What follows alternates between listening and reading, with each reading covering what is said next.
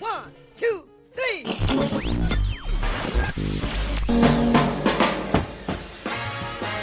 Radio Caillou, la radio de votre lycée. Et voilà. Bienvenue à tous, je suis Yassine Guedas, on est le mercredi 6 février, il est 13h30 et vous êtes sur les ondes de Radio Caillou. Vous vous demandez peut-être quel est le sujet de l'émission d'aujourd'hui. Eh bien, vous allez le découvrir tout de suite. La loi tunisienne et les conventions internationales interdisent le travail des enfants, mais ce phénomène existe bel et bien dans notre pays. En effet, selon Mohamed Tabelsi, le ministre des Affaires sociales tunisiennes, 9,5% des enfants tunisiens âgés entre 5 et 17 ans, ce qui représente environ 215 000 enfants, sont touchés par ce phénomène. Toute l'équipe de Radio Caillou s'est penchée sur ce sujet délicat pour vous présenter une émission riche et originale. Nous sommes ravis de vous avoir parmi nous, nous avec un caillou dans la mare.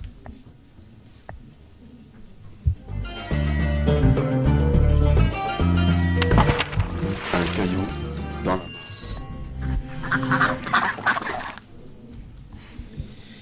Mais tout d'abord, voici le menu de notre émission. Youssouf nous parlera de la législation concernant le travail des enfants en Tunisie et dans le monde. Ilyes nous a présenté un micro-trottoir auprès des élèves de Gustave Flaubert pour savoir s'ils savent que des enfants en Tunisie travaillent. Et vous vous demandez peut-être que font ces enfants exploités économiquement. On verra ça avec Sarah et Kenza. Puis, je vous parlerai des disparités régionales sur ce phénomène. On fera ensuite un petit saut dans la littérature avec Yasmine, qui nous parlera des livres qui traitent du travail des enfants en France du 19e siècle à nos jours. Et pour finir, Youssef, tu vas nous parler de quoi ? Je vais vous parler des conséquences du travail sur les enfants et sur leur vie. Pour commencer, Ilyes est allé, tout de suite nous allons voir donc, le micro-trottoir. Ilyes est allé interroger les élèves et les adultes du lycée Gustave Flaubert pour savoir s'ils savent que des enfants travaillent en Tunisie. On écoute son micro-trottoir. Oui, je pense qu'il y en a, mais pas comme en Chine, parce qu'ils ne travaillent pas. Enfin, ils travaillent par exemple dans les fermes, ou, voilà. Mais pas travail forcé comme esclaves. Voilà. Donc oui, je pense qu'il y a des enfants qui travaillent dans plusieurs secteurs. Donc on peut nommer les marchés, la fripe. Il y a des enfants qui travaillent en tant que fermiers aussi. Il y a des enfants qui travaillent comme, on peut dire, des ouvriers. Voilà, je pense que normalement, ça ne devrait pas être le cas dans notre pays. Et bon, c'est tout. On croit qu'il y a des enfants qui travaillent en Tunisie, mais peut-être pendant l'été. Normalement pendant l'été. Les 2 mois de l'été et après, pendant l'hiver, autant de travail.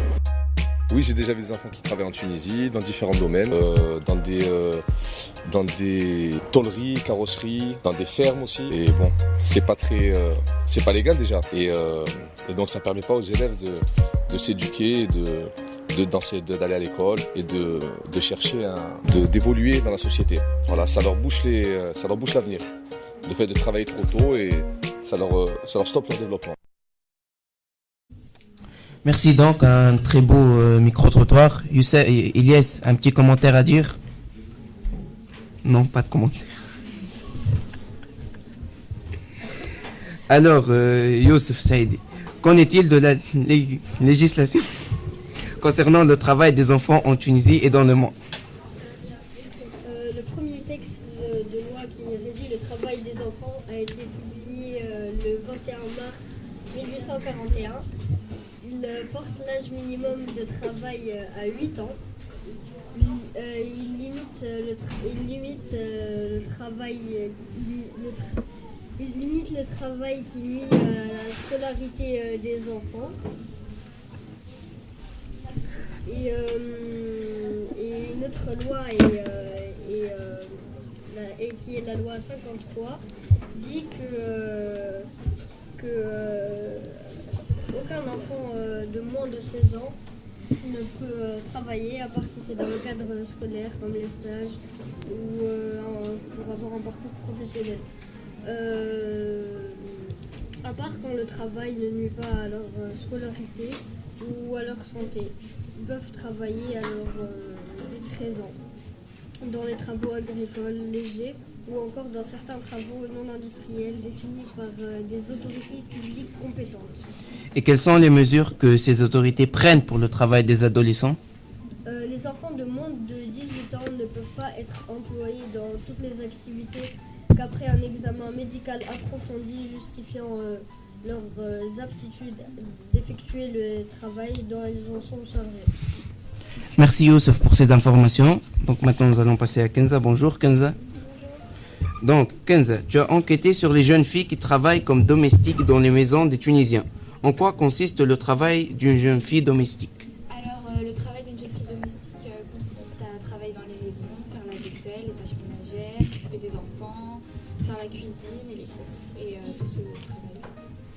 A-t-on une idée de l'âge auquel sont employés? Oui, elle travaille entre 14 et 16 ans, très jeune, oui, en effet, elle travaille très jeune. Et pourquoi elle devrait aller à l'école? Et pourtant, elle devrait aller à l'école, non? Non, elle ne va pas à l'école parce que leurs familles n'ont pas de quoi les payer. Et nous avons fait un sondage où les jeunes filles nous disaient que 30% des jeunes filles travaillaient à partir de 14 ans et le reste travaillait 15, 16, 17 ans, etc. Et la loi 53 du travail, comme nous l'a dit Youssef, stipule qu'elles n'ont pas le droit de travailler à partir de l'âge minimum et de 7 ans. Voilà. Merci Kenza. Oui. Certaines jeunes filles sont analphabètes et n'ont pas de... Je trouve ça regrettable qu'en Tunisie, maintenant, il y a encore du travail.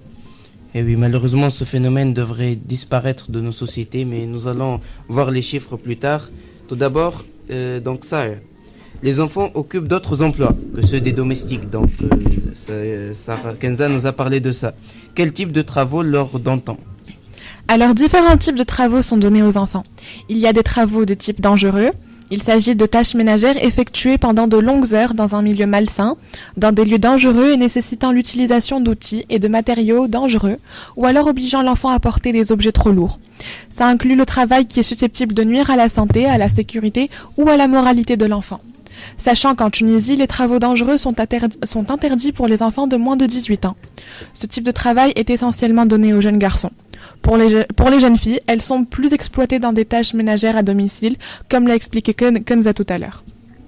Mais par contre, il existe également des enfants qui vendent du pain sur l'autoroute, des paquets de papier mouchoir dans la rue, ou qui proposent aux automobilistes de nettoyer leur pare-brise. Vous en avez tous sûrement déjà rencontré. Ces enfants travaillent tous les jours dans l'espoir de gagner un peu d'argent pour se nourrir et nourrir leur famille. Merci Kenza. Bon, c'est vraiment dommage d'entendre cela, mais malheureusement, ce phénomène existe bel et bien en Tunisie. Mais en fait, il y a combien d'enfants qui travaillent en Tunisie? Donc, bonne question, Ilyes. Le nombre d'enfants économiquement occupés est évalué à 215 000 enfants entre 5 et 17 ans, ce qui représente environ 10% des 2 200 000 enfants tunisiens. À titre de comparaison, cette proportion à l'échelle mondiale est de 13,8% en 2016. Est-ce que ce pourcentage concerne toutes les tranches d'âge? Non, la proportion des enfants économiquement occupés augmente quand l'âge croît. En passant du groupe d'âge 5-12 ans au groupe donc 16-17 ans, la proportion se multiplie par 4. C'est-à-dire qu'il y a 4 fois plus d'enfants qui travaillent, 4 fois plus d'enfants âgés entre 16 et 17 ans qui travaillent que d'enfants âgés entre 5 et 12 ans. La proportion des garçons économiquement occupés est plus élevée que celle des filles, quelle que soit la tranche d'âge. L'écart entre les proportions des garçons et celles des filles croît avec l'âge. Et c'est pareil en ville qu'en campagne? Non, les enfants économiquement occupés en milieu communal, ou donc dans la campagne, sont 70 000 et en milieu non communal, 144 000. Ils représentent respectivement 4,8% et 18,5% de la population cible, donc des enfants tunisiens. L'écart est considérable entre la proportion des enfants économiquement occupés en ville et en campagne. On remarque bien sûr qu'il y a davantage d'enfants qui travaillent dans les campagnes que d'enfants qui travaillent dans les villes. Et concernant les disparités régionales? Les disparités régionales, c'est encore un sujet plus grand. Les proportions des enfants âgés de 5 à 17 ans parmi la population totale de chaque région est quasi la même dans toutes les régions, autour environ de 20%. Toutefois, le centre-ouest enregistre une proportion plus élevée, donc 22,5%, Le centre-ouest, c'est tout ce qui est Sidi Bouzid, Gasserine, etc., etc. Les proportions les plus faibles sont observées au Grand Tunis, donc Tunis, Ben Aoussaïn, 17,2%, et au nord-ouest, 19,2%. Ce sont les régions de la Tunisie, donc les plus, moi je vais dire les plus, où il y a des grandes villes, où il y a moins de campagnes, et c'est pour ça la proportion d'enfants économiquement occupés est inférieure à celle au centre-ouest, où c'est plus où la vie s'organise pour des campagnes. Et toi, Jasmine, tu as travaillé sur le travail des enfants, et plus particulièrement au 19e siècle. Pourrais-tu nous en dire plus? Depuis l'humanité, les enfants ont été contraints de travailler pour vivre au quotidien. À la campagne, c'était le travail des champs, dans la ville, un travail d'artisan, et la plupart bossaient dans l'entreprise familiale. Seuls les enfants de familles aisées pouvaient aller à l'école. Et au 19e siècle, l'industrie est à son apogée et l'exploitation des enfants a atteint son maximum. Et ce en particulier dans les mines de charbon, où leur petite taille leur permettait de se déplacer facilement dans les galeries souterraines, ou encore dans les nombreuses usines, comme chez les fabricants de tissus, ils étaient contraints de rattacher les fils brisés sous les métiers à tisser en marche. Et dans la littérature, y a-t-il eu des auteurs engagés contre ce travail des enfants? Oui, beaucoup d'auteurs ont dénoncé le travail des enfants, notamment Victor Hugo avec un grand nombre connu, Les Misérables, paru en 1890, avec les personnages de Cosette et Gavroche, Jean Lin dans Germinal de Zola, 1885, ou encore Rémy dans Sans famille d'Hector Malot en 1878. Et quel travail faisaient Cosette, Gavroche ou Rémy? Dans Germinal, Jean Lin a 11 ans et travaille dans une mine où il se fait blesser par un éboulement et il va rester boiteux. Cosette, elle, subit la maltraitance de la famille Thénardier, où elle est contrainte d'effectuer toutes les tâches ménagères alors qu'elle n'a que 8 ans. D'ailleurs, la scène du puits reste l'une des plus connues. Et puis Gavroche, quant à lui, s'est fait abandonner et vit dans la rue. Nous le retrouvons à voler pour pouvoir se nourrir ou à faire des petits boulots dans la rue. Et puis enfin, Rémy se fait aussi vivre en vagabond et acheté pour travailler comme comédien ambulant. Il existe d'ailleurs l'ancienne série de dessins animés Rémy sans famille ou encore le film d'Antoine Blossier sorti en 2018. Et est-ce qu'il y a des poèmes qui ont traité de ce sujet? Oui, bien sûr, notamment un poème de Victor Hugo, extrait des Contemplations de 1856, très connu. Et pourrais-tu nous lire un extrait, s'il te plaît? Enfants, ces enfants, dont pas un seul ne rit, ces doux êtres pensifs que la fièvre maigrit, ces filles de 8 ans qu'on voit cheminer seules, ils sont vus travailler 15 heures sous les murs. Ils vont de l'aube au soir faire éternellement, dans la même prison, le même mouvement, accroupis sous les dents d'une machine sombre, monstre hideux qui mâche on ne sait quoi dans l'ombre, innocent dans un bagne, ange dans un enfer. Ils travaillent, tout est d'airain, tout est de fer, jamais on ne s'arrête et jamais on ne joue. Aussi, quelle pâleur, la cendre est sur leur joue.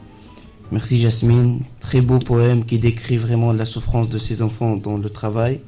Et nous allons passer à un sujet nous allons plus voir les conséquences du travail des enfants sur leur vie. Et c'est Youssef Saidi qui va nous parler de ce sujet.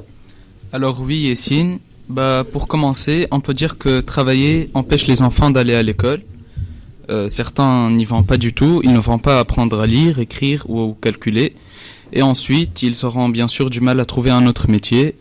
Donc ils auront été enfants pauvres et adultes, ils seront aussi des adultes pauvres, car ils n'ont pas pu recevoir l'éducation nécessaire pour trouver un travail mieux payé. Et puis, même si le fait de travailler est bien sûr déjà inadmissible, ce qu'il est encore plus, c'est que certains de ces enfants subissent des violences au cours de leurs travaux. En effet, les conditions de travail de ces enfants ne sont pas toujours très agréables. Certains subissent des maltraitances, des violences physiques, des violences morales, des agressions. Et d'après l'ONG, Plan International, il y aurait même un enfant travailleur sur 5 qui serait victime de violences sexuelles. Ah, carrément des violences sexuelles. Et quelles sont les conséquences sur la santé des enfants? D'après plusieurs organisations, il y a 115 millions d'enfants dans le monde âgés de 5 à 17 ans et qui sont soumis à des formes de travail dangereuses pour leur santé comme l'agriculture, les mines, la construction, l'industrie manufacturière, etc. Ils peuvent se blesser avec des outils inadaptés à leur morphologie ou subir les conséquences de la manipulation des substances toxiques, mais aussi du port de charges lourdes qui nuisent à leur développement physique.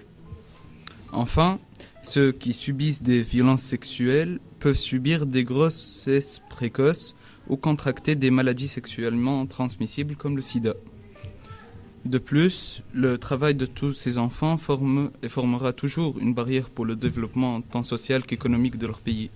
Alors, on peut dire que ce travail nuit vraiment à leur vie ainsi que à la vie de leur pays, je veux dire. Merci Yous. Donc pour conclure, nous avons décrit ou nous avons analysé ce phénomène en Tunisie et nous avons bien sûr vu les conséquences néfastes et très dangereuses sur la vie des enfants et leur santé. Merci à vous tous de nous avoir suivis durant cette émission. Donc c'était un plaisir partagé par toute l'équipe de Radio Caillou. Il ne me reste à vous dire que donc l'émission, vous pouvez réécouter l'émission sur notre page Facebook, donc Radio Caillou. Merci à Aymen et à Monsieur Zahour à la technique. Merci à Madame Gasnier, notre encadrice. Et il me reste à vous dire donc bonnes vacances à tous et on se retrouve après les vacances. Merci.